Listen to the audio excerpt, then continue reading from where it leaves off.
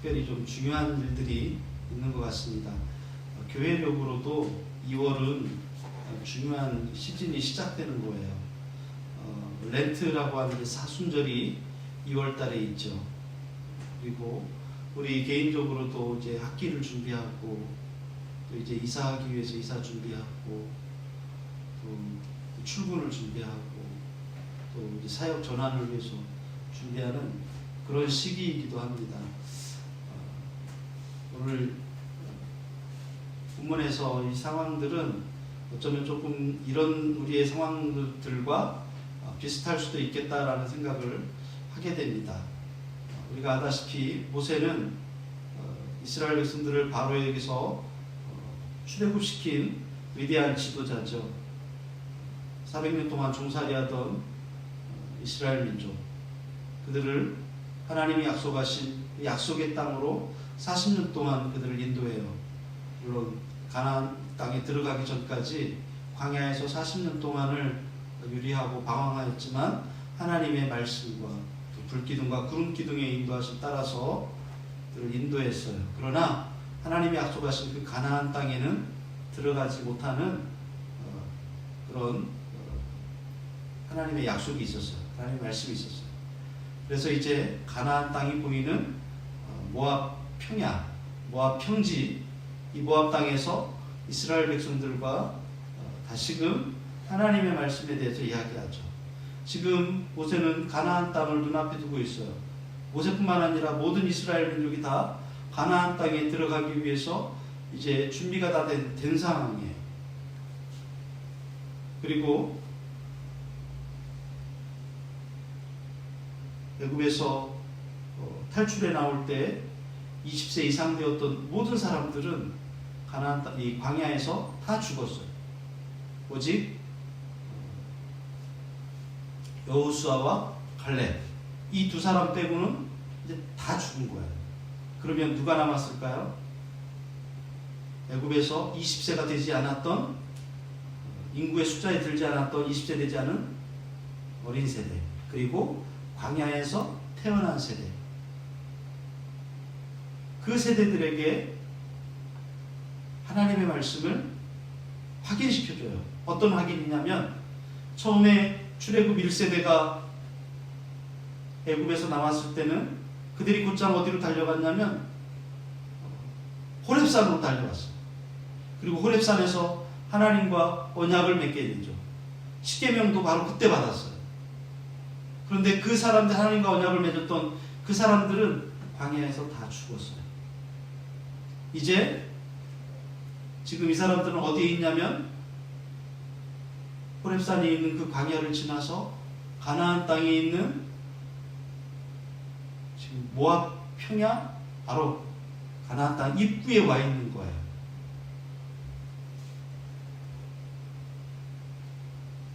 광야에서 태어난 새로운 세대, 출애굽할 때 아주 어린 세대, 그 어린 세대에게 이스라엘이 하나님과 맺으셨던 그 언약에 대해서 이 언약의 말씀을 지금 알려주면서 이 언약의 말씀을 지켜 행하라 라고 말씀하는 거예요.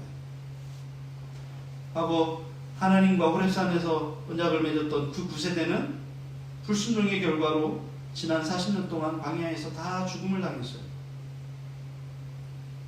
이제 새로운 땅을 눈앞에 둘 시점에 이제 모압 평지에 지치고 있는 사람들은 호렙산 언약을 맺을 당시 20세 미만이었던 어린 사람들이죠. 이제 이 사람들에게 다시금 그 예전에 맺었던 그 호렙산에서 하나님과 그 맺었던 언약을 설명해 줄 필요성을 느낀 거예요. 근데 이 새롭게 지금 선포되어지는 이 언약의 말씀을 요약하자면 그것은 딱 한마디로 이렇게 돼 있어요. 하나님은 이스라엘, 너희들을 자기 백성으로 삼으셨다. 또 하나님 백성으로 삼으신 이스라엘은 하나님을 자신들의 주로 인정하고 그 하나님을 섬겨야 된다는 거예요. 결국 이스라엘이 하나님의 말씀에 순종하는 삶을 살게 될 때 하나님은 이스라엘에게 안전한 보호와 풍성한 복을 보장하겠다고 하는 것이 이 언약의 말씀인 거예요. 이 언약의 말씀은 이스라엘 모든 사람들에게 다 들려줬어요. 이렇게 전해드린 말씀을 통해서 그들은 여호와 하나님이 애굽의 바로를 제압하고 이스라엘을 구원해내신 능력의 하나님이시라는 것을 다시 한번 기억해내게 되죠. 우리 사람은 자꾸 잊어버려요.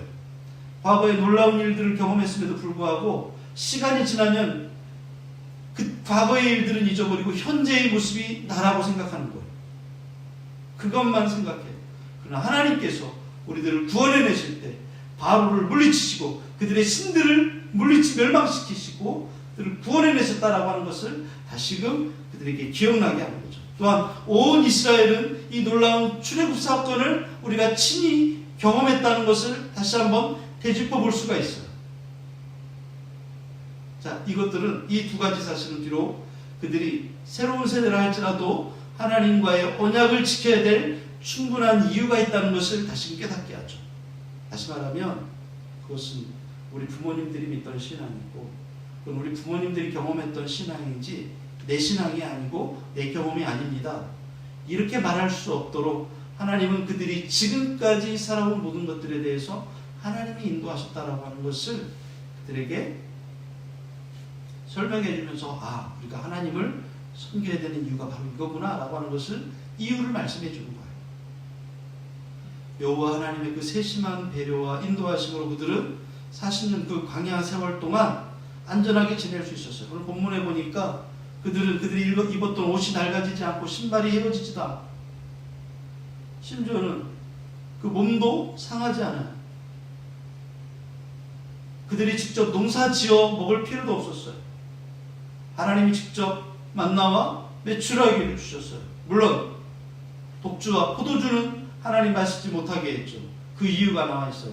하나님을 알게 하기 위해서. 그들이 농사 짓지 않고 독주나 포도주나 즉 술을 마시지 않게 하신 이유가 뭐냐면 하나님을 알게 하기 위해서라는 거예요. 술 마시면 어떻다는 거예요? 하나님을 알 수 없다는 거예요. 이해가 안 되지만 이해를 해야 돼요. 받아들여야 돼요. 왜냐하면 우리가 술을 마시면 하나님의 임재를 경험할 수 없는 거죠. 그래서 경건한 거룩한 백성이 되게 하기 위해서 하나님이 그렇게 만들어 주셨다는 거예요. 그들이 40년 동안 날마다 하나님의 영광을, 하나님의 그 전능하심을 경험하도록 만들어 주신 거예요. 이 말씀을 듣는 모든 이스라엘로 하여금 선포되는 그 언약의 말씀을 이제는 지키라고 말씀합니다. 너희는 지켜야 돼. 여기에 우리가 읽을 때 이 모세는 하나님의 말씀을, 언약의 말씀을 지키라고 그랬는데 이 지킨다는 뜻이 뭐예요? 이 지킨다는 것은 주의를 집중시키다, 세심히 보다 라고 하는 뜻을 가지고 있죠. 즉 온 마음과 정성을 다해서 하나님의 말씀을 어떻게 해요? 그 말씀에 주의를 집중하는 거예요. 그 말씀을 세심하게 보는 거예요. 그게 뭐예요? 순종이에요. 순종하니까 우리가 이렇게만 알아들어요. 결과론적으로 말 잘 들어. 이렇게만 알아듣는데 이 지킨다고 하는 이 순종의 뜻에는 주의를 집중시키는 거예요. 하나님의 말씀에 주의를 집중하는 거예요. 세심히 보는 거예요. 이게 순종인 거예요. 또 하나, 그렇게 하면 하나님께서 우리에게 뭘 주시겠다고 약속하셨냐면 형통함을 주신대요. 이 형통이 뭐예요? 깨닫다, 지혜롭게 하다, 신중하다는 뜻을 갖고 있어요. 그럼 무슨 말이에요? 말씀을 마음을 다해서 순종하면 모든 일에 신중해지고 그리고 지혜롭게 대해서 결국 번창하게 된다는 건데 이 지혜가 결국 하나님의 말씀을 깨닫는 것, 이것을 지혜롭게 행하는 것, 이거 신중하게 이것을 행하는 것, 이게 형통이에요. 형통이니까 그냥 하는 대로 그냥 다 잘 풀려. 물론 우리 그 의미도 맞겠지만 형통의 진짜 의미는 이렇다는 거예요. 말씀을 잘 깨닫는 거예요. 그리고 그 말씀대로 잘 지혜롭게 행하는 거죠. 신중하게 행하는 거죠. 이게 형통이에요. 새 언약의 중보자이신 예수 그리스도로 말미암아 우리는 구원받았어요. 거룩한 하나님의 백성이 됐어요. 거룩한 하나님의 백성이 됐다는 것은 그 하나님의 언약의 말씀에 우리가 동참하는 사람이라는 거예요. 여기 있는 우리가 우리 가족이지만 가족으로 우리를 부르신 게 아니라 우리 한 사람 한 사람 각자를 우리가 불러주시고 그리고 아버지의 자녀로 삼아주셨다는 거예요.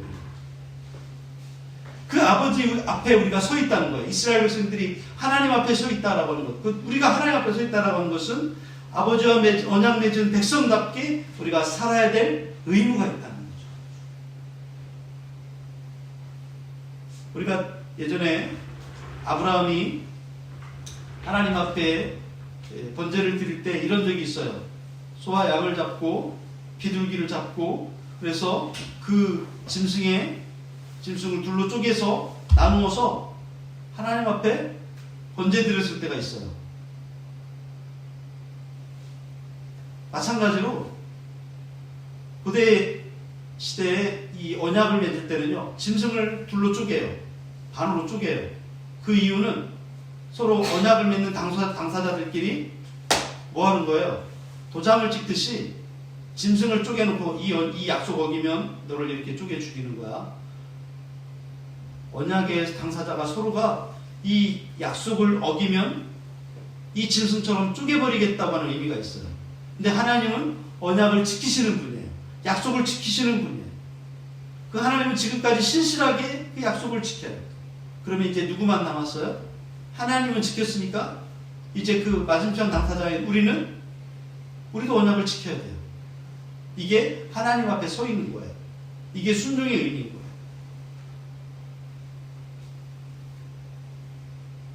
우리가 이 말씀을 통해서 하나님이 우리를 이 언약을 주신 이유가 뭐예요? 그것은 우리를 사랑하기 때문이죠. 하나님은 신실하게 계속해서 이 언약을 지키셨어요. 만약 하나님도 이 언약을 지키지 않으시면 어떻게 해야 돼요? 하나님의 몸을 쪼개는 거예요. 그러니 하나님은 신실하시기 때문에 언약을 지키지 않으실 수가 없죠. 하나님이 지키셔요. 그럼 우리도 지켜야 되는 거죠. 이게 순종의 의미입니다. 자, 그렇다면 오늘 말씀의 제목에 이 언약의 말씀을 지켜 행하라고 그랬는데, 이 언약의 말씀을 지켜 행한다라고 할 때 첫 번째로 그러면 이 언약은 어떤 것인가 알아야 되겠죠. 하나님의 언약은 세대가 변해도 영원토록 변하지 않는 속성이 있어요. 오늘 신명기 29장 1절의 말씀 한번 같이 읽어봅시다. 시작. 호렙에서 이스라엘 자손과 세우신 언약에 모압 땅에서 그들과 세우신 언약의 말씀은 이러하니라. 모세는 하나님과 출애굽 지금 2세대, 이 출애굽 2세대의 이스라엘 백성들 사이에 맺은 언약이라고 말씀하고 있어요. 같이 오늘 1절에 앞에 보세요. 호렙산에서 이스라엘 즉 출애굽 1세대와 맺으신 언약과 그 다음에 두 번째 연두색으로 모압 땅에서 그들과 세우신, 모압 땅에서 출애굽 2세대와 맺으신 언약이 서로 마치 다른 언약인 것처럼 말을 해요. 그러나 그렇지 않아요.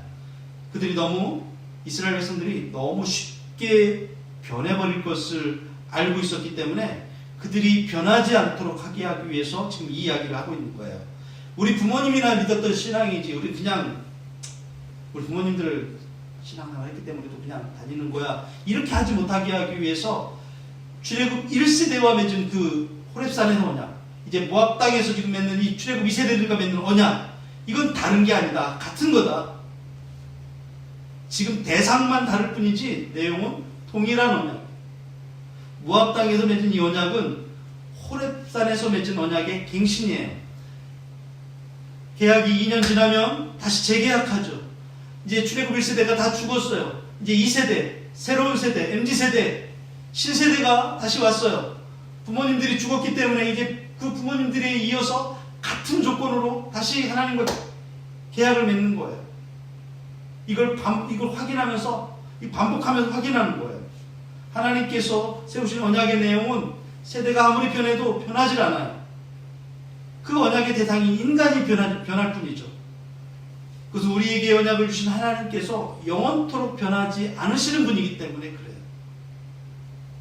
만약 하나님과 그 언약이 시대에 따라 변하고 천년이 지나서 또 바뀌고 요즘 신세대에 맞게 또 변하고, 만약 그렇게 한다면 우리의 신앙의 조건이나 방법도 변할 거예요. 그렇게 되면 신앙의 기준이 없어지는 거예요. 하나님 올바로 섬길 수가 없겠죠, 그러면. 그래서 성경은 하나님도 그분의 언약도 변하지 않는다고 말씀하십니다. 하나님을 사랑해서 그 모든 말씀을 지켜 행하면 하나님께 복을 받고, 마음을 돌이켜 하나님의 명령에 순종하지 않으면 저주를 받게 된다라고 하는 것이 호렙산 언약이었어요. 그러면 모압 언약은요? 마찬가지예요. 그러면 이 호렙산 언약이 모압 언약 2600년 전, 아니 3400년 전 그때 맺었던 그 언약, 그 시대, 그 지역 사람들과 오늘 우리는 무슨 상관이 있어요? 오늘날 우리에게는 적용이 안 되는 말씀일까요? 아니에요. 우리도 역시 이 언약에서 벗어난 사람들이 아니라 그 언약의 당사자들이에요. 마가복음 12장 30절 31절에 보니까 이렇게 나와 있죠. 내 마음을 다하고 목숨을 다하고 뜻을 다하고 힘을 다하여 주 너희 하나님을 사랑하라 하신 것이요, 둘째는 이것이니 내 이웃을 내 자신과 같이 사랑하라 하신 것이다. 이보다 더 큰 계명이 없는 이 언약이 오늘 이들에게도, 오늘 예수님이 말씀하시는 그 신약 시대에도 동일하게 해당된다는 거예요. 로마서 8장 28절에 보니까 우리가 알거니와 하나님을 사랑하는 자, 그의 뜻대로 부르심을 입은 자들에게는, 그의 뜻대로 부르심을 입은 자, 우리가 그의 뜻대로 부르심을 입은 자예요. 이방인이었던 우리, 이스라엘 백성이 아니고 이스라엘 히브리 민족이 아닌 오늘 우리는 단군의 자손이라고 하는, 오늘 배달의 민족이라고 하는 오늘 우리는 하나님의 뜻대로 부르심을 받은 우리예요. 신약 성경에서 유대인과 이방인, 또 성경에는 야만인이라고 되어 있어요. 오늘 그게 바로 우리들이에요. 오늘 우리에게도 해당되는 말씀이 바로 이 말씀이라는 거예요. 우리 신약의 하나님을 구약의 하나님과 다르다고 생각할 수 없어요. 같은 분이에요. 하나님 불변하신 하나님입니다. 그래서 하나님의 자녀들에게 언제나 동일한 사랑과 동일한 순종을 요구하십니다. 변하는 게 있다면 그것은 하나님의 약속의 말씀이 변하는 게 아니라 언약의 대상인 바로 우리 인간이 변하는 거죠. 우리는 끊임없이 마음이 변하고 하나님과의 그 언약의 말씀을 지키지 않기 때문에, 하나님의 그 언약의 말씀을 따르지 않기 때문에 우리가 그 하나님의 축복에 참여할 수 없는 거예요. 출애굽 1세대가 그랬고 유대인들이 그랬어요. 그래서 지금 모세가 지금 그들이 변함없이 하나님만 따르도록 하게 하기 위해서 지금 이 말씀을 우리에게 다시 한번 확인시켜주는 거예요. 오늘 이 말씀을 우리가 보면서, 이 설교 말씀 들으면서 우리는 결국 하나님에 대한 사랑과 열정을 잃어버리지 말고 삽시다. 우리 부모님 세대가 지나고, 또 우리가 예전에 경험했던 부흥의 세대가 지나가고, 혹은 내 마음의 열정이 사라졌다는 그런 이유로 하나님을 우리가 잊어버릴 수 없어요. 하나님 멀리할 수 없어요. 그 사랑과 열정을 회복해서 우리가 거역의 길, 배신의 길에서 돌이켜 이제는 순종하는 사람들이 됩시다. 우리가 변함없는 믿음과 사랑으로 하나님을 예배하고 하나님을 따라갈 때 그 하나님께서 그 언약의 말씀을 지키시고 복된 자녀로 우리를 살 수 있도록 만들어 주실 거예요. 하나님은 변함이 없으신 분이에요. 언약의 말씀도 변함이 없어요. 오늘 이사야 54장 10절 말씀을 볼까요? 같이 읽어봅시다. 시작. 산들이 떠나며 언덕들은 옮겨질지라도 나의 자비는 너에게서 떠나지 아니하며 나의 화평의 언약은 흔들리지 아니하리라. 너를 긍휼히 여기시는 여호와께서 말씀하셨느니라. 네, 온몸이 만신창이가 되고 온몸이 맞은 데 또 맞고 터진 데가 또 터지도록 지금 그렇게 깨지고 깨져 있는 상황. 그럼에도 하나님은 그럼에도 버리지 않으시고 그를 계속해서 붙들면서 나의 자비가 너를 떠나지 않겠다라고 말씀하십니다. 나의 화평의 언약이 흔들리지 않는다. 예레미야 32장 40절도 그렇습니다. 같이 읽습니다. 내가 그들에게 복을 주기 위하여 그들을 떠나지 아니하리라 하는 영원한 언약을 그들에게 세우고 나를 경외함을 그들의 마음에 두어 나를 떠나지 않게 하고. 네, 하나님의 진심은 여기 있어요. 하나님의 진심은 우리에게 복을 주시기 위해서예요. 우리가 떠나지 않기를 바란대요. 마음이. 에스겔 16장 6절에도 그렇습니다. 그러나 내가 너희 어렸을 때 너와 세운 언약을 기억하고 너와 영원한 언약을 세우리라. 하나님 참 놀라우신 것은요, 과거 이스라엘 조상들과 맺었던 언약을 너희 어렸을 때라고 표현했어요. 뿐만 아니라 오늘 우리는 어렸을 때가 있잖아요. 우리가 아주 어렸을 때, 예수님 처음 만났을 때, 처음 신앙생활했을 때 우리가 드렸던 기도, 하나님 우리에게 주셨던 마음의 확신들, 이거 다 하나님이 이루어 주시고, 우리는 잊어버렸어요. 우리는 새까맣게 까먹었어요. 그래도 하나님 우리가 언약을 이루신다고 말씀하세요. 두 번째로, 우리는 그래서 체험의 신앙을 소중하게 여기고 기억해야 돼요. 오늘 본문 전체의 말씀, 특별히 2절에서 9절 말씀까지 보면 모세가 이스라엘 백성들 앞에서 과거 출애굽 구속 사건과 광야 40년 동안의 그 역사, 그리고 아모리 족속을 정복했던 사건들을 다 회고하고 있어요. 이것은 그들이 직접 체험했던 하나님의 능력과 은혜를 기억하게 함으로써 하나님을 더욱 신뢰하고 언약을 잘 지키도록 하는 거죠. 매일매일 기적을 경험하고 살았죠. 그 기적이 뭐였죠? 첫 번째는 만나와 메추라기. 하늘에서 새벽마다 이슬이 떨어지는데 이게 도대체 뭐야? 그게 만나야. 그런데 만나의 뜻이 뭐냐면 이게 뭐야? 라는 뜻이에요. 몰라요. 그거를 튀겨 먹기도 하고 떡으로 만들어 먹기도 하고 그냥 먹기도 하고 그렇게 먹었다고 성경에 나와 있어요. 이걸 언제까지 먹어요? 하나님 땅에 들어가기까지. 200만이 넘는 그 이스라엘 백성들이 다 그걸 먹어요. 놀랍게도. 또 하나, 구름 기둥과 불 기둥. 매일매일 기적이 있죠. 그런데 기적이 매일 되니까 이걸 기적으로 생각하지 않는 거예요. 근데 모세가 좀 얘기해줘요.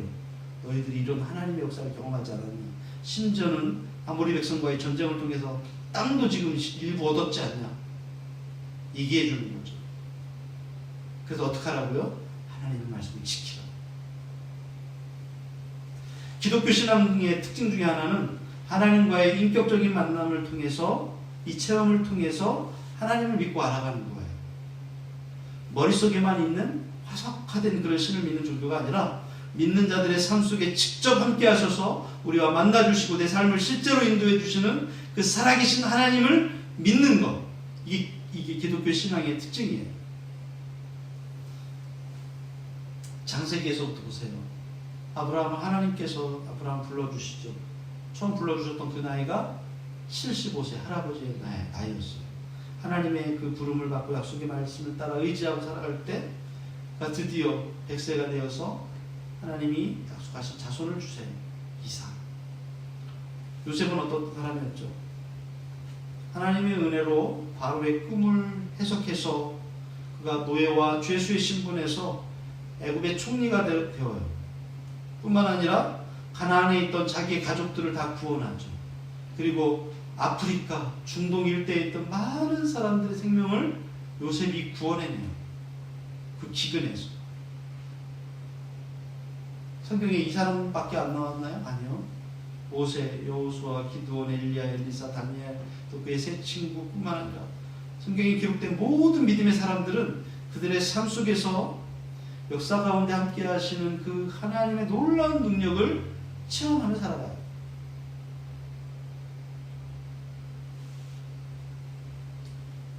본문에 보면 모세는 하나님의 은혜로 가득했던 그 과거 역사 속 그들의 그 출애굽 구속 사건과 광야에서의 하나님의 인도하심, 그리고 요단강 동편에 있는 아모리 족속을 정복했던 그 사건들, 다 은혜의 사건이죠.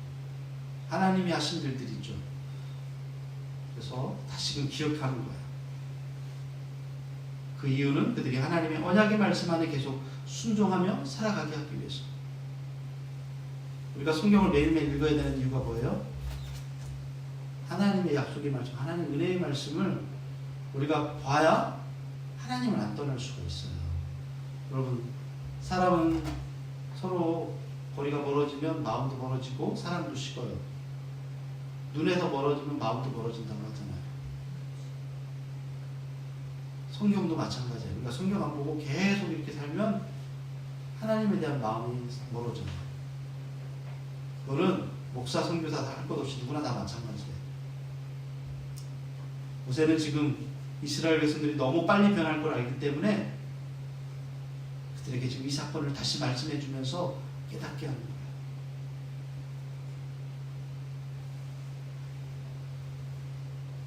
하나님 우리를 죄에서 구원하신 것은 우리가 구원받을 만한 어떤 조건이 있어서가 아니라 전적으로 하나님의 사랑과 은혜의 결과예요. 그래서 에베소서 2장 8절 9절에서 이렇게 말씀하시죠. 너희는 그 은혜에 의하여 믿음으로 말미암아 구원을 받았으니 이것이 너희에게서 난 것이 아니요 하나님의 뭐라? 선물이라. 하나님의 선물이라. 행위에서 난 것이 아니니 이는 누구든지 자랑하지 못하게. 내가 열심히 해서 그랬다라고 자랑하지 못하도록 하기 위해서 하나님이 선물로 주신 것이 구원이래요. 우리를 향하신 하나님의 사랑과 은혜가 여기서 끝나는 게 아니에요. 이제 예수 믿었으니까 구원받았네? 그럼 천국 가는 거네? 그럼 죽어서 천국 가는 거 외에는 아무것도 없나요? 여기서 끝나는 게 아니라고요. 광야에서 이스라엘 백성들을 인도하셨듯이 우리의 생명이 끊어지기 전까지 우리 인생의 광야에서도 우리를 인도하세요. 언제 어떤 위험이 우리를 엄습할지 모르는 인생의 험한 골짜기가 다 있잖아요. 그런데 그때마다 우리를 홀로 내버려 두지 않으시고 우리가 줄일 때는 먹이시고 목마를 때는 마시게 하시는 분이 하나님이라는 거예요. 내가 마시고 내가 노력한 것 같은데 하나님이 하셨다고 말씀하세요. 하나님이 우리를 하나님의 자녀로 삼으신 것은 대적마귀가 우리를 향해서 달려올 때 우리에게 감당할 힘과 피할 길을 주시고 우리 인생의 안전한 피난처가 되시기 위해서 우리를 자녀 삼아 주셨대요. 오늘 본문에서는 나는 너희의 하나님이 되고 너희는 내 백성이 되겠다라고 하는 게 바로 이 말씀이에요. 하나님이 이스라엘을 인도하신 것과 똑같은 방법으로 우리 인생을 인도하세요. 이런 인도하심이 없으면 우리는 아직도 어떻게 살고 있을까요? 죄의 노예로 살고 있겠죠. 여전히 인생의 방향에서 방황하거나 멸망의 길로 걸어가고 있을 거예요.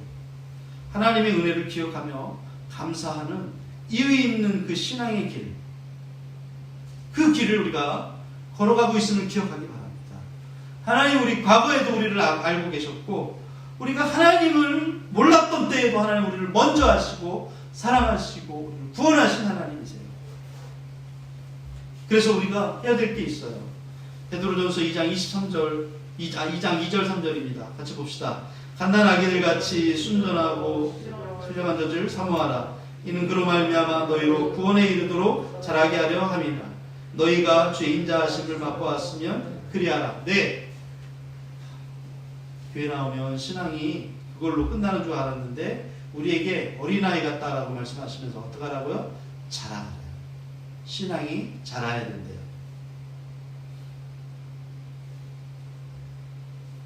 시편 46편 7절에도 말씀하십니다.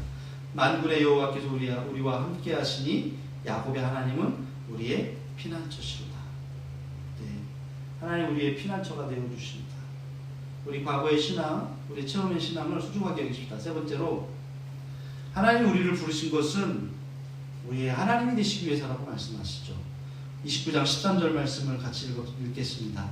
여호와께서 내게 말씀하신 대로 또 내 조상 아브라함과 이삭과 야곱에게 맹세하신 대로 오늘 너를 세워 자기 백성을 삼으시고 그는 친히 내 하나님이 되시려 함이니라. 아멘. 모세는 하나님께서 그들과 언약을 맺으시는 이유는 당신이 친히 그들의 하나님이 되시기 위함이다 라고 말씀하세요.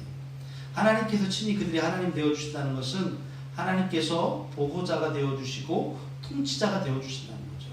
하나님께서 친히 보호자와 통치자가 되어주시기 위해서 그들을 불러 언약을 맺으시는 것이 바로 말씀이에요.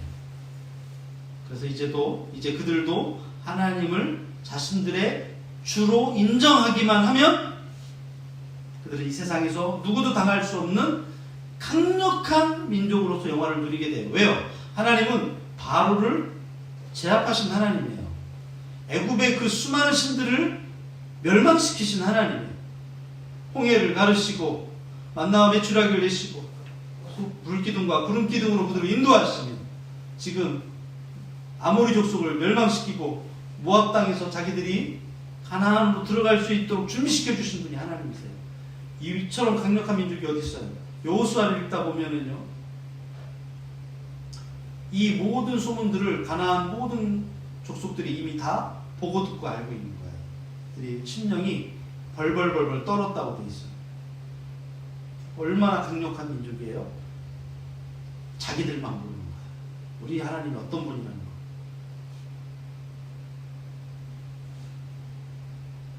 전능하신 하나님이 직접 통치하시기 때문에 안전할 수밖에 없죠. 부강할 수밖에 없죠. 복된 민족인 거예요.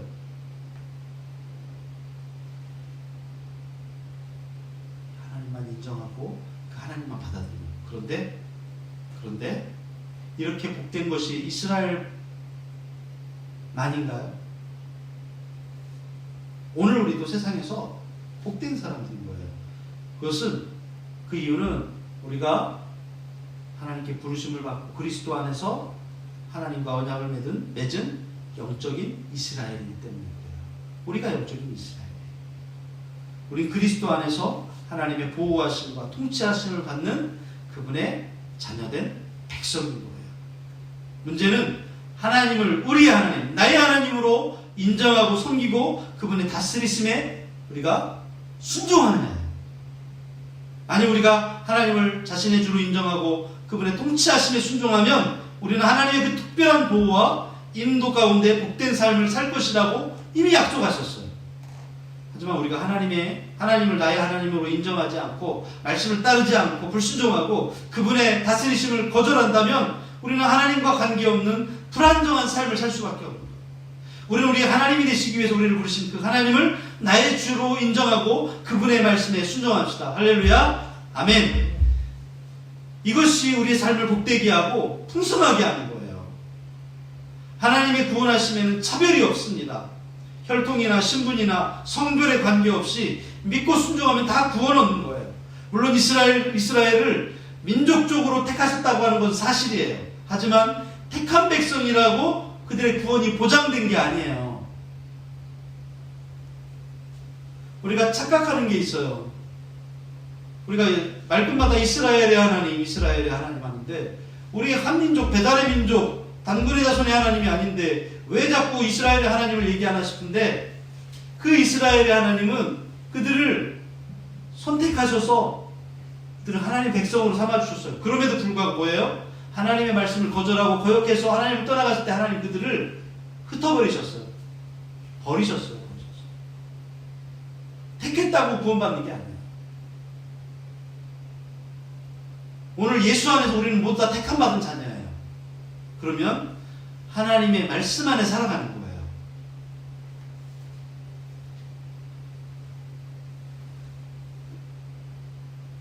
비록 이방인이라 할지라도 하나님을 믿고 순종하면 구원에 이르렀음에 대해서 성경 곳곳에서 얘기하고 있어요.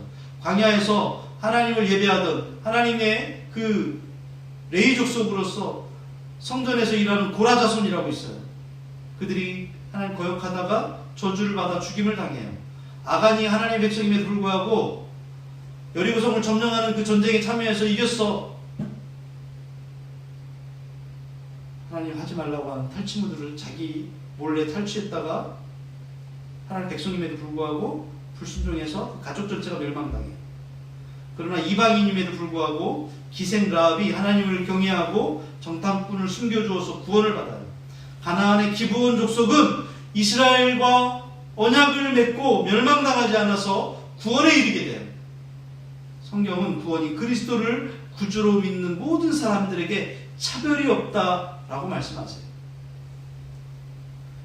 그렇기 때문에 우리는 구원에 이르는 이 믿음을 소중하게 여겨야 돼요. 뿐만 아니라 하나님의 은혜를 감사하고 늘 말씀에 순종함으로 하나님이 이제 나의 하나님 되심을 인정해야 돼요. 하나님은 귀신하고 달라서 우리가 하나님을 인정하지 않고 거역하지 않으면 강제로 믿게 하시는 분이 아니에요. 귀신의 특성은 사람을 제압하고 정복해서 자기 마음대로 조종하는데 하나님은 그런 하나님이 아니세요. 우리가 문을 열지 않으면 절대로 우리 안에 들어오지 않으세요. 인격적이신 하나님입니다. 우리가 그 하나님이 주신 그 사랑과 은혜를 귀하게 여겨서 받아들이고 영접할 때 그럴 때 하나님 우리 안에 들어오셔서 우리와 동행하신다고 말씀하세요. 우리를 제압하시는 게 아니에요. 그것은 태초부터 지금까지 여전히 계속해서 말씀하시는 거예요. 에스겔 11장 20절 말씀을 보겠습니다. 시작. 내 인례를 따르며 내 규례를 지켜 행하게 하리니 그들은 내 백성이 되고 나는 그들의 하나님이 되리라. 네, 창세기에서만, 오늘 신명기에서만 말씀하신 게 아니라 지금 선지자 시대에도 여전히 이렇게 말씀하세요. 그러면 신약 시대 디도서 2장 14절을 어떻게 말씀하신다 볼까요? 그가 우리를 대신하여 자신을 주심은 모든 불법에서 우리를 속량하시고 우리를 깨끗하게 하사 선한 일을 열심히 하는 자기 백성이 되게 하려 하십니다. 선한 일을 열심히 하는 자기 백성이 되게 하기 위해서. 히브리서 8장 10절입니다. 또 주께서 이르시되 그날 후에 내가 이스라엘 집과 맺을 언약은 이것이니 내 법을 그들의 같이 생각에 두고 그들의 마음에 이것을 기록하리라. 나는 그들에게 하나님이 되고 그들은 내게 백성이 되리라. 네. 구약에도 그랬지만 신약에도 여전히 하나님은 동일하신 하나님이에요. 우리의 하나님이 되시기 위해 원하신다고 말씀하세요. 말씀 마무리하겠습니다. 모압 땅 이 평야에서 모세는 이 출애굽 2세대 젊은 MZ세대들에게 말해요. 이게 12절과 13절 말씀이죠. 내 하나님 여호와의 언약에 참여하며 또 내 하나님 여호와께서 오늘 내게 하시는 맹세에 참여하여 여호와께서 내게 말씀하신 대로 또 내 조상 아브라함과 이삭과 야곱에게 맹세하신 대로 오늘 너를 세워 자기 백성을 삼으시고 그는 친히 내 하나님이 되시려 함이니라. 아브라함이 그렇게 숱하게 하셨던 그 언약이 여기서 이루어진 거예요. 하나님 이스라엘의 약속대로 맹세대로 자기 백성을 삼으시고 그들에게 친히 너희 하나님이 되시려 한다라고 하세요. 그리고 그 약속을 이루셨어요. 이제는 누구 차례예요? 이제 이스라엘 차례예요. 이스라엘이 하나님의 약속을 이루신 것처럼 그들은 하나님의 말씀을 따르기만 하면 돼요. 뭐 대단한 거 하는 거 아니에요. 그럼에도 성경에는 이스라엘 백성들이 하나님의 언약의 백성들이었음에도 하나님을 버리고 말씀을 떠나 불순종해서 저주를 받게 된 사실을 이야기해 주고 있어요. 이것은 이 시대를 또 오늘 살고 있는 오늘 우리 신앙인들, 저와 여러분들에게 좋은 교훈이 됩니다. 실제 삶에서 하나님의 말씀과 멀어지고 불순종하는 모순된 삶을 우리가 살고 있지 않나요? 그들이 이 가나안 땅, 이 가나안을 약속의 기업으로 바꾸서도 하나님을 잊어버리고 근데 하나님을 떠났을 때는 하나님 그렇게 약속했어요. 땅이 너희들을 토해내버리라. 그것이 언제 이루어지냐면 BC 722년 그리고 BC 586년에 북이스라엘과 남한국 유다가 멸망하는 사건으로 그들이 그 땅에서 포로로 끌려가 지금의 이라크 중동으로 흩어져 버리게 돼요. 그때 흩어진 사람들이 러시아까지 흩어져요. 1948년 이스라엘이 다시 정치적으로 독립하게 될 때 제일 많이 돌아왔던 곳이 러시아예요. 많이 흩어졌던 이스라엘이 지금 약 600만 정도 되는 이스라엘 백성들이 그곳에 살고 있어요. 이제 새로운 홀로서기를 시작하는 우리 젊은이들에게 도전이 되기를 바랍니다. 오늘 말씀하세요. 순종하는 자에게는 축복을, 불순종하는 자에게는 저주를 말씀하시는 이 신명기의 말씀이 오늘 우리와 우리 다음의 세대에도 중요한 교훈이 되기를 바랍니다. 우리에게 신앙을 물려주셨던 우리 부모님 세대들은 이미 연로했어요. 나이가 많이 들었어요. 이제 그분들 이어서 우리는 우리와 하나님과의 새로운 언약의 관계, 말씀의 관계, 신앙의 관계를 회복해야 돼요. 하나님 우리를 죄와 사망에서 구원해서 언약 백성으로 삼아주셨어요. 하나님 우리가 말씀에 순종할 때 모든 일에 형통하게 하시겠다라고 약속하셨어요. 이것이 하나님의 언약 백성된 우리의 축복인 거예요. 오늘 말씀에 따라서 우리가 하나님 말씀을 가까이 하고 준행함으로 이 복을 영원히 잃지 않게 되기를 축원합니다. 이 한 주간 다시 하나님 말씀 앞에서 하나님 경외하며 말씀과 동행하기를 간절히 축복합니다. 오늘 우리가 같이 찬양, 찬송가 524장 우리가 같이 찬송하고 기도했으면 좋겠습니다. 하나님, 내가 하나님을 더 가까이 하기 원합니다. 말씀을 내가 지켜 행하고 순종하는 사람 되기 원합니다. 나에게 그렇게 살 수 있도록 힘주시옵소서. 같이 찬송하고 기도하겠습니다.